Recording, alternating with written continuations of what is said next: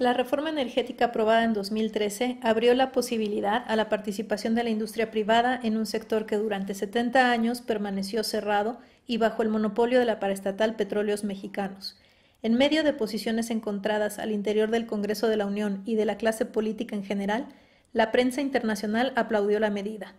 Por su parte, las principales calificadoras económicas como Bloomberg y Moody's destacaron el valor de abrir el sector energético mexicano a la modernización y a la posibilidad de descubrir nuevos yacimientos que, en una década, podrían colocar a nuestro país como el quinto mayor productor de petróleo a nivel mundial.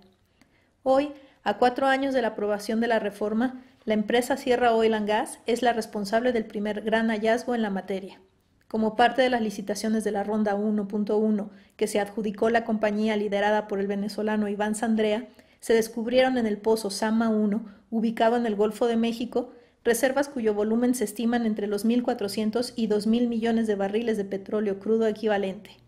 El primer golpe se había dado, y aunque el modelo de negocios que establece la reforma mexicana parece no ser el más alentador para las grandes compañías petroleras, dado el margen de utilidad operativa que establece para los particulares, Sierra Oil and Gas decidió apostar en las aguas someras del bloque 7 y ganó. La inversión fue de más de 50 millones de dólares, y aunque el 80% de la utilidad de la explotación de las reservas será para el Estado mexicano, el descubrimiento del equipo de Sandrea puede considerarse, sin duda alguna, el primer gran logro de la reforma aprobada en 2013. ¿Qué implicaciones tiene este descubrimiento? ¿Cómo fue posible un hallazgo de esta magnitud? Y lo más importante, ¿qué viene hacia adelante para el futuro energético de México? Buenas tardes, nos encontramos al poniente de la Ciudad de México.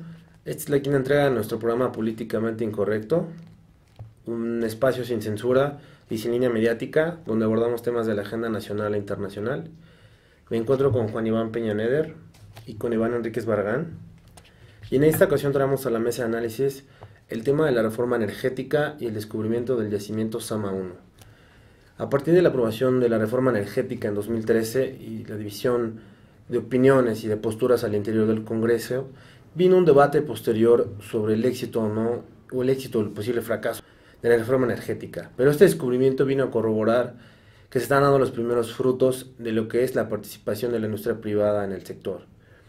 El yacimiento Zama 1 frente a las costas de Tabasco significa en reservas entre 1.400 y 2.000 millones de barriles de petróleo crudo equivalente. Me gustaría comenzar por poner sobre la mesa el papel que vino fungiendo Pemex durante los últimos 60 años.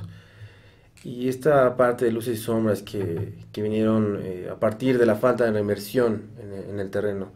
Juan Iván, ¿podrías hablar un poco de esto? Por supuesto, Pemex desde 1938, que en México se da la expropiación petrolera, se convierte en la empresa que controla absolutamente la cadena productiva de hidrocarburos en el país. Para la reforma energética se viene de nuevo este gran debate ideológico de si las reservas de hidrocarburos pertenecen o no al pueblo de México, y como muchas otras reformas, todas previas, pues México fue el último país en abrirse, nos encontramos con que se dio la llamada Ronda Cero. La Ronda Cero fue el momento en que Pemex, poseedor del conocimiento del 100% de la información geológica del territorio nacional, decide con qué partes quedarse y con qué partes no, y de lo que solicita se queda prácticamente con el 100%, teniendo el 83% de las entonces ubicadas y denominadas reservas probables o 2P, garantizando para los próximos 20 años una producción promedio de 2.5 millones de barriles diarios. Esto es, del pastel petrolero, Pemex reparte y parte y se queda con la mejor parte. En ese mismo sentido, es importante señalar que tras la Ronda Cero, esta primera elección de Pemex hacia la CNH que le otorga, viene la denominada Ronda 1, donde invitan a diversos jugadores a participar. ¿Por qué lo hacen? Porque Pemex había venido incrementando su gasto en exploración, pero la reducción del volumen petrolero, caímos de los 3 millones a los 2.5 millones de barriles diarios, el detrimento en el precio del petróleo desde los $120 hasta los $30 por barril, y sobre todo la necesidad del gobierno mexicano de generar altos gravámenes a los hidrocarburos y al petróleo, hacían que Pemex no pudiera invertir cantidades suficientes en la fase exploratoria. Entonces da información geológica de la que dispone sobre las zonas que Pemex no escogió, y con esta información se invita a a todas las empresas privadas que quieran participar para entrar a la reforma mexicana.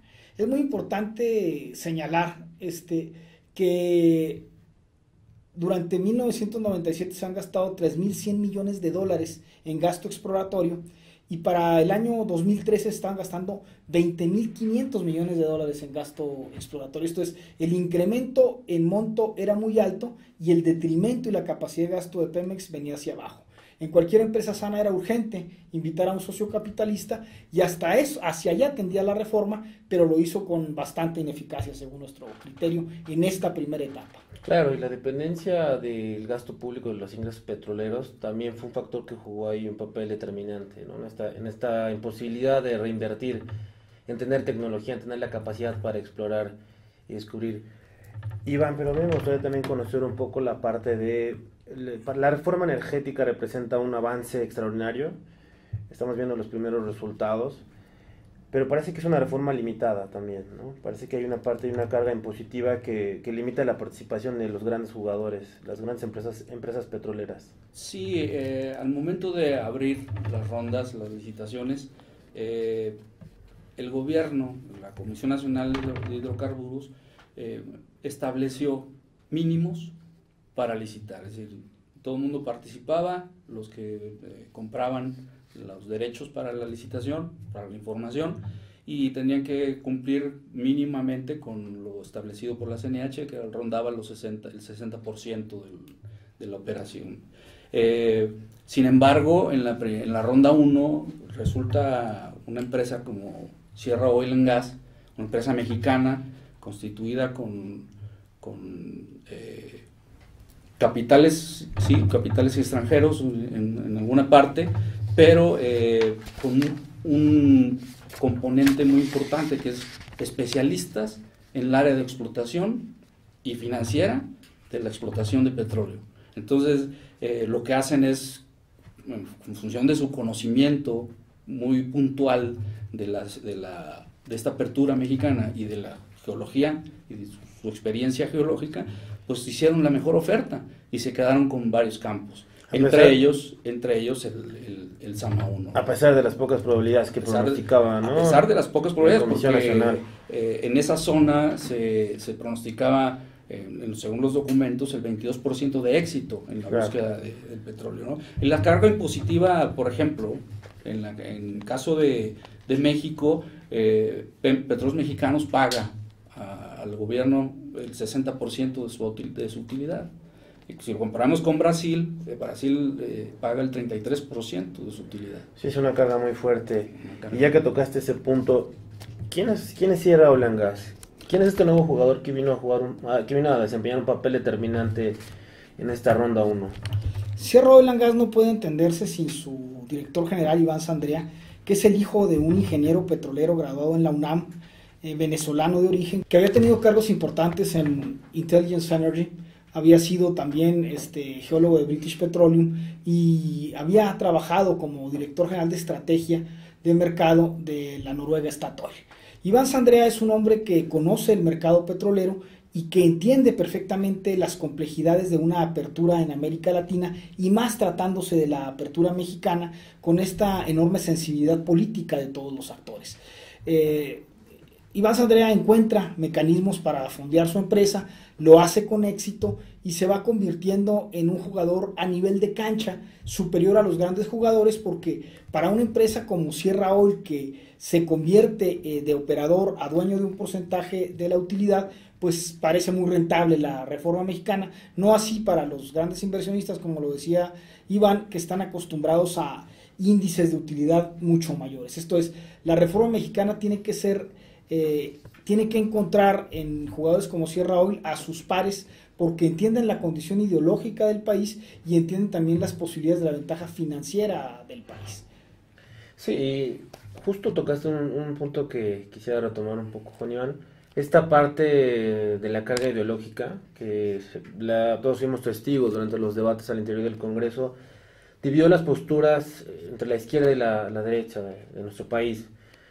Por ahí juega mucho un papel determinante este argumento de que el petróleo es un recurso de los mexicanos. Y en medio de este descubrimiento hubo también señalamientos de que la empresa tenía un vínculo por ahí con un familiar cercano a Salinas, a Carlos Salinas de Gortari, el expresidente mexicano. Tú puedes hablarnos un poco de este personaje, Jerónimo Gerard. Si es cierto, ¿qué hay de falso en esto? Sí, se habló al respecto. Lo cierto es que Sierra Oil está compuesta por dos vertientes. La vertiente operativa, que es Sierra Oil, Talos y Premier Oil, que son operadores en cuestión de la exploración y producción petrolera, y la vertiente financiera. La vertiente de ahí es donde se habló de esta relación. La vertiente financiera está compuesta por Riverstone Investments, son fondos de inversión, con el 42.89%, por EnCap Investments, que está compuesta también por el 42.89%, y en un principio por Infraestructura Internacional, que era esta empresa que asociada con Jerónimo Gerard, con el 14.22%.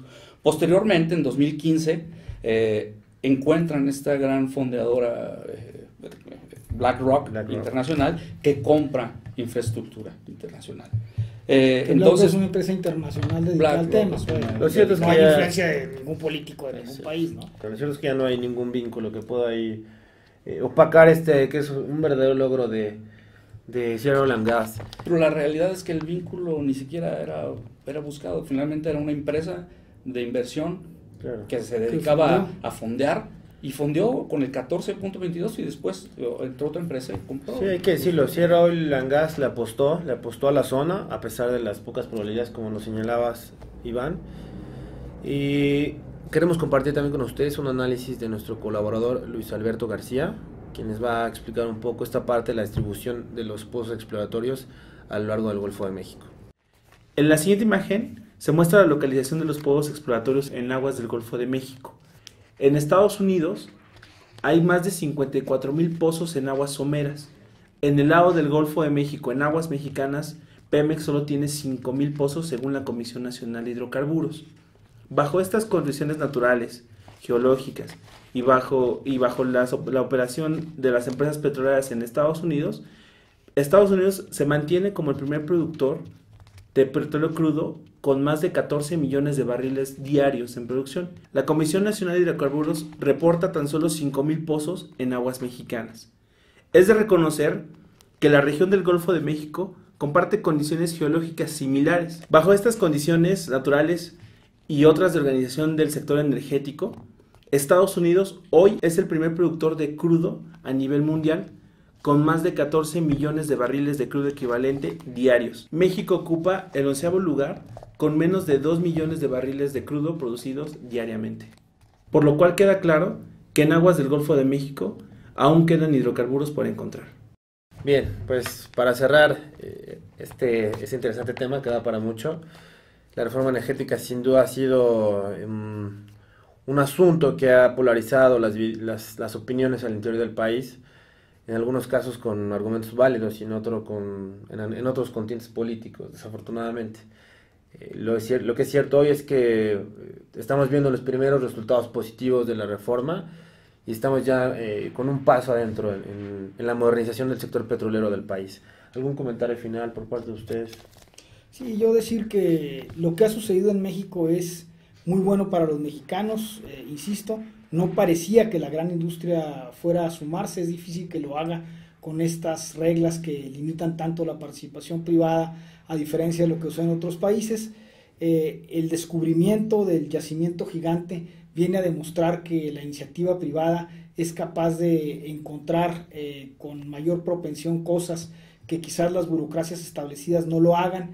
El mito del dinero petrolero para los mexicanos pasaba por amplios cuestionamientos, por líneas de corrupción, por burocracias complejas, por sindicatos sobreprotegidos. Entonces, decir que el petróleo en manos de Pemex y luego de Pemex, que no lo dejaban invertir, sino más bien en manos de Hacienda, era una garantía del patrimonio mexicano, es un tanto complicado, sobre todo porque lo que sí está garantizado en la reforma es que el gobierno mexicano se quede, insistimos, con un altísimo porcentaje de la utilidad, muy diferente al de muchas otras aperturas, claro, incluyendo la brasileña. Entonces me parece que hay que poner una balanza y entender muy claramente que afortunadamente se encontró un yacimiento. Lo comentaba Iván ya con amplitud, lo relativo al tema del yacimiento compartido y la falta de reglas. Esto habrá de resolverse para que la reforma siga operando y operando bien, pero me parece que este grupo de petroleros comprometidos encabezados por Iván Sandrea vinieron a traer más petróleo a México. Eso significa más dinero a las arcas nacionales y esperemos que mejor gastado. Sí, la garantía de tener una fuente energética, ¿no?, de aquí a los próximos años. México era el último país petrolero con un mercado, con un sector cerrado de la industria privada. Pero este modelo parece estar cambiando y desafortunadamente este modelo entre burocrático y bueno, complicado, le restó fuerza a la paraestatal. ¿Algún comentario final, Iván? Sí, el tema de los yacimientos compartidos, puesto que el director de Pemex ya anunció que probablemente ese yacimiento lo comparta Sierra Oil con el Sama 1. Entonces, el problema que subsiste ahí es que hay poca regulación al respecto. La realidad es que hay dos grandes teorías de cómo operar un yacimiento compartido, es decir, lo que se encuentre dentro de su bloque de exploración es para cada una de las empresas que participó, y si se encuentra parte de ese yacimiento en otro bloque, la otra empresa tendrá su porcentaje. Claro. Aquí lo que es necesario, indispensable hacer es entrar en acuerdos previos, para la explotación, para ver cómo se va a invertir en la explotación de establecer perfectamente bien cuáles son las dimensiones del yacimiento, puesto que esta primera explotación arroja, lo que bien nos habías dicho, 1.400 a 2.000 millones de barriles de petróleo crudo. Sin embargo, el yacimiento todavía falta medirlo con exactitud y ver qué alcances tiene. Sí, es un tema ahí que representa una hay oportunidad. un antecedente ya. De hecho, hay un acuerdo transfronterizo entre México y Estados Unidos que puede servir como base para la reglamentación en base a las la llamadas mejores prácticas, ¿no? Sí, hay una oportunidad para mejorar la ley y la reforma energética para reglamentar esta parte. Bueno, es muy importante para México el entender que la reforma petrolera y la reforma energética y este descubrimiento puede significar, como bien lo habéis dicho, un enorme incremento en las reservas probadas del país, pero además hay un componente social en la empresa Sierra Oil. El 35% del financiamiento de la empresa proviene de las afores de los trabajadores mexicanos, y esto es algo que este componente no había aparecido en estos escenarios, ¿no? Es muy importante. Muy bien. Por último, no querría omitir que el dato que daba Luis Alberto, en el sentido que 54,000 puntos de exploración en la franja norteamericana contra 5,000 en México, nos habla que las reglas pueden hacer mucha diferencia en cuanto a la capacidad, y que Estados Unidos sea el primer productor de petróleo del mundo mucho tiene que ver con este modelo que permite que todo mundo explore y participe, ¿no? Perfecto. Muy bien, pues los invitamos a consultar un documento de análisis que hicimos al respecto, que está disponible en nuestro sitio www.connectionmexicoglobal.com, titulado La reforma energética, la participación privada y el descubrimiento gigante. Los invitamos también a seguirnos en nuestras redes sociales, @CMG-México, en Facebook Connection México Global, y también búsquenos en nuestro canal de YouTube, Connection México Global. Muchas gracias.